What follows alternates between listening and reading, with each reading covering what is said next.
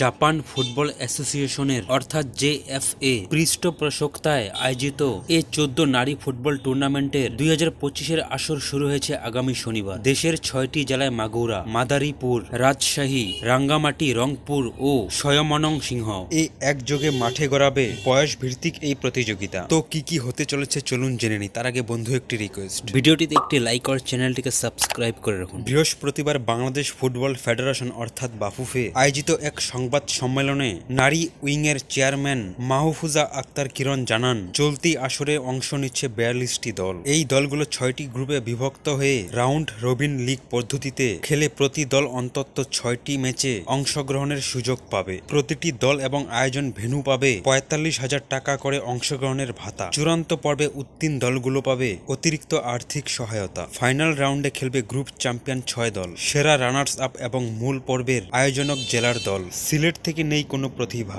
অঞ্চল ভিত্তিক খেলোয়াড় সরবরাহ নিয়ে এক প্রশ্নের জবাবে কিরণ বলেন, সিলেট অঞ্চল থেকে নতুন প্রতিভা আসছে না, অন্য অঞ্চলগুলো থেকে মোটামুটি ভালোই অংশগ্রহণ রয়েছে। জেলা ফুটবল কমিটি বিলুপ্ত, তবু খেলা চলবে। 2024 সালে ডিসেম্বরে বাফুফে 29টি জেলায় ফুটবল অ্যাসোসিয়েশন কার্যক্রম বিলুপ্ত করেছিলেন। যদিও এবারের আসরে অংশগ্রহণকারী 42 দলের মধ্যে বিলুপ্ত জেলার প্রতিনিধিরাও রয়েছে। এই বিষয়ে কিরণ বলেন, এখনো আনুষ্ঠানিকভাবে সংশ্লিষ্ট জেলাগুলোকে চিঠি দেওয়া হয়নি। সেসব জেলায় অ্যাসোসিয়েশন সক্রিয় এবং খেলার আগ্রহ দেখিয়েছে, তাদের নিয়ে টুর্নামেন্ট পরিচালিত হচ্ছে। বিলম্বের কারণ জানালেন কিরণ, অন্য বছরগুলোর তুলনায় এবারের জেএফএ 14 টুর্নামেন্টের কিছুটা দেরিতে আয়োজন করা হয়েছে। এই প্রসঙ্গে কিরণ বলেন, জেএফএ নতুন সভাপতির সঙ্গে 2 মাস আগে মিটিং হয়েছে, তবে আশ্বাসের ভিত্তিতে ফান্ড রিলিজ হয়েছে, এই জন্যই সময় লেগেছে। উল্লেখ্য, এক সময় জেএফ প্রতিযোগিতার জন্য $30,000 বরাদ্দ দিত, তবে কোভিড-19 পরবর্তী সময়ে তা কমে $20,000 দাঁড়িয়েছে। কিরণ জানিয়েছেন,